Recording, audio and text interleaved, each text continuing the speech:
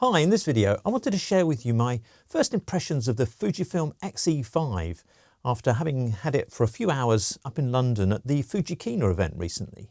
Fujikina 2025 in London was actually a really interesting event. It was spread across 3 venues and there were loads of seminars and masterclasses, and you could get your hands on kit and see various situations. They had a couple of models there that you could take photographs of. And there was the opportunity to borrow cameras and take them out and see what you thought of them. So it was really good. And I attended a couple of the seminars, one from Thomas Heaton and one from Sean Tucker. And I'm sure you've heard of both of those guys, but I'll put a link to their YouTube channels in the description below.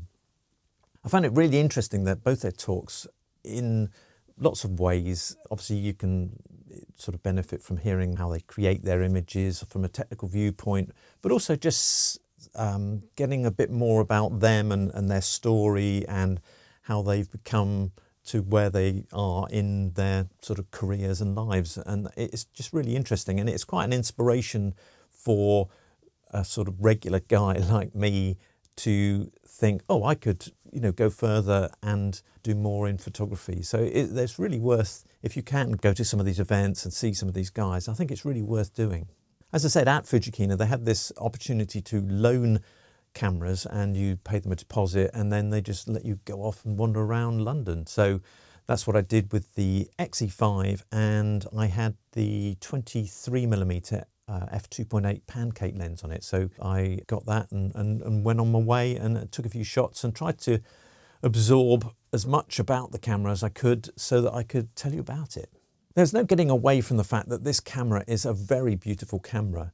When I first picked it up and looked at it, the aluminium machined top plate, which is apparently machined from one piece of aluminium, and just the proportions of the camera really make it into a pretty camera, and one that you can imagine you are desperate to go out and shoot with. And it has real sort of cool vibe about it, very much in the line of the X100 sort of series of Fujifilm cameras. But I mean, all Fujifilm cameras have a bit of this very cool looking and very vibey sort of sense about them. But I think the X-E5 is definitely one of the higher end ones in this respect. And yeah, it was something of beauty, and you're sort of holding it and walking along thinking, wow, I must look really, really cool, even cooler than normal walking along with this camera. And especially with this little lens, it does really sort of mimic the size and footprint of the X100.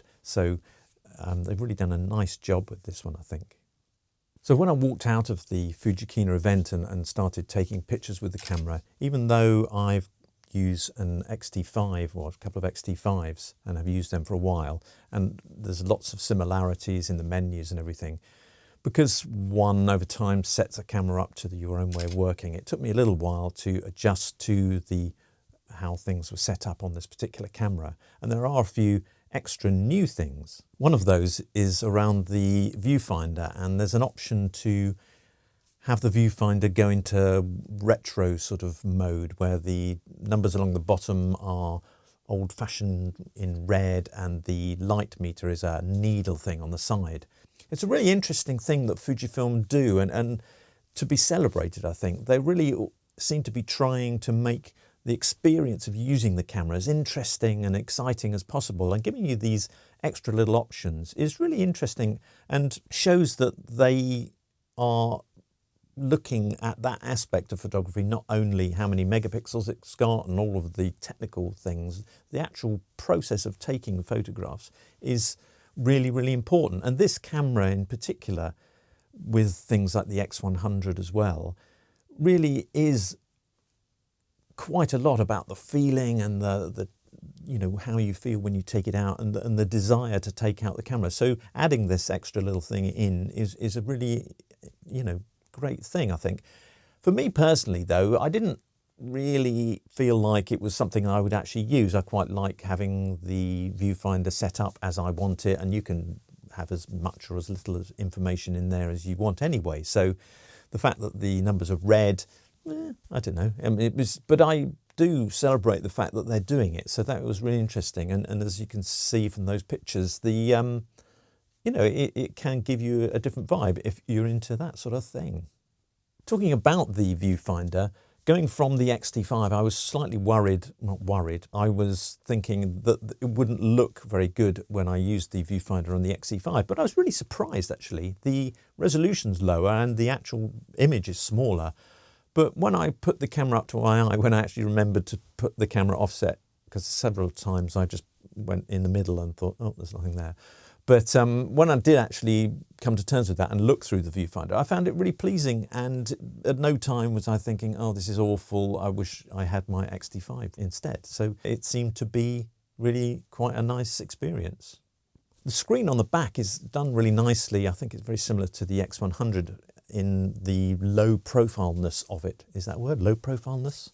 When the lens is flat against the camera, everything really supports that very minimal vibe to it. And interestingly, they have it so that you can pull the screen out and over the top and watch the camera from the front, so that you could do videos like this or selfies or whatever. So that's quite useful. And it makes for quite a nice experience when you're using the camera at waist level. And because the eyepiece doesn't protrude back from the body of the camera, it feels quite a nice, unhindered view down onto the screen, which I quite enjoyed. Whereas with the X-T5, the eyepiece sticks out a bit, so you have to pull the screen back a little bit, and it's not a massive deal, but it just felt like a very nice, simple view to look down on. The X-E5 has this nicely done implementation of the film sim dial, where you can change between film sims, or you can use these FS1, 2 and 3 as places to store your own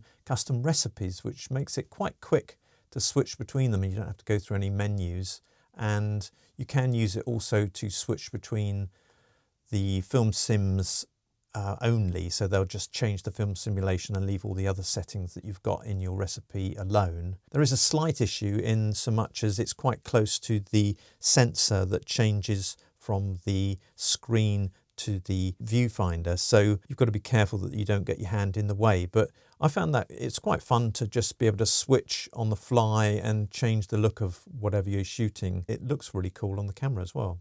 The camera's got a lever on the front, a bit like the lever on the front of the X100 well, all the X100s that turn on and off the viewfinder from electronic to I was going to say organic, optical. And obviously this camera hasn't got an optical viewfinder, but they've kept that sort of design cue and used it in quite an interesting way. And it's actually something that, I don't know, they could apply to other controls, because if you pull the lever one way and let it go, it does one function, but if you pull it and hold it, it does another, which is quite useful when you've got limited real estate on a camera. I mean, if buttons could have double function things when you actually hold them for a longer time, I suppose maybe it would be slightly confusing. Or, you know, even you could have a thing where you had a bit like on a keyboard from a computer, where you had, like, you know, shift and a button. Maybe that's another way of getting more control, if indeed people want control. I mean, there is, on the Fuji cameras, something I don't think a lot of people use, where you can use the swipe functions on the screen on the back, and I tend to use those for a few select functions, which doesn't affect the press to focus or press to take a shot, but you can have just 4 functions that if you put your finger in the middle and swipe up or right or left or down, you can set them to a different function. Anyway, I digress from this control on the front, which is quite, it is quite an interesting concept, having sort of 4 controls for the price of 2 on this front dial. And that it sort of brings me to another thing that they've done, which is probably a follow-on from the GFX RF, which has a dedicated aspect ratio dial. And they've taken a bit of that concept into the X-E5 with this rocking thing on the front. And if you, I can't remember exactly what the defaults are, but one of them, if you hold, I think if you hold it for a long time, you go into the aspect ratio change option, and it will cycle through the aspect ratios, which is quite nice. And having used the GFX RF for a little time when I was at Fujikina, changing the aspect ratio sounds like such a sort of, not important, but when you can switch into that X-Pan 65 by 24, I found that really exciting wandering around the streets. It felt like I was in a movie because everything looks so cinematic. And I wish they would actually bring that X-Pan crop to the X series cameras. I know that it would cut down on the megapixels, but you've still got the whole RAW file, so you're not losing anything. And another thing that is interesting, and I think it does it with the X-E5, but I didn't get a chance to try it, is if you select a different aspect ratio such as 16:9, with the GFX RF, I know that takes that into the editor such as Capture One. So when you get your images in, even if they're just in RAW, they are cropped as they were in the camera. Whereas in the X-T5, if I do a 16:9 crop, when I get my RAW files in, it's just a standard RAW and I don't get the crop. So if I took a load of shots, I won't necessarily remember which ones I cropped to a certain way. So if they could give us a firmware update to allow that sort of thing in the X-T5, that would be really cool. So yeah, so this lever, getting back to the X-T5, this lever it does allow you to do this cropping, and also if you do a short press on the lever, it will change the way the cropped image looks. So instead of just cropping it down and leaving you not being able to see the rest of the image, you can cycle through. I think there's a square box, or it will just sort of darken the area that is outside the crop, which I found really useful as well. So that's quite an exciting development from Fujifilm. And again, it's back to this thing of trying to make the user experience more interesting. And I wish they would put that back onto the older cameras such as the X-T5. It is a minimal sort of camera, so there isn't a D-pad on the back, but as I said, you could use those touch screen things to get to functions if you really missed the D-pad. And I didn't really miss it, and it does really suit the aesthetic of the camera in this sort of minimal way. And I guess to keep the size down, they're using the older, smaller batteries. I didn't really get a chance to stress the battery too much in the few hours, because I did it in 2 sessions. I went up in 2 days. So I did, I think, 2 or 3 hours on one day and 2 or 3 hours on another. So I didn't go through loads of time with a single battery. But I mean, they're quite small, and so I guess you could just carry a few around if you were worried about them not being as good as the bigger batteries in the things like the X-T5. One of the other things that I really did like was not necessarily about the camera itself, but the strap that they package with the camera is really nice. This sort of circular braided thing that's attached with little eyelets. For such a small camera, it was quite a nice package and looked and felt quite minimal, and is something that I'm now thinking, should I get one of those for one of my X-T5s and use that as my sort of walk around things? The actual image quality is not something that I was really giving too much thought to, because having the X-T5 with the same 40 megapixel sensor and the X processor 5, the image quality is exactly the same. So it was more about the feel of the camera and how it was to actually walk around. One of the things I did really like was actually the shutter sound.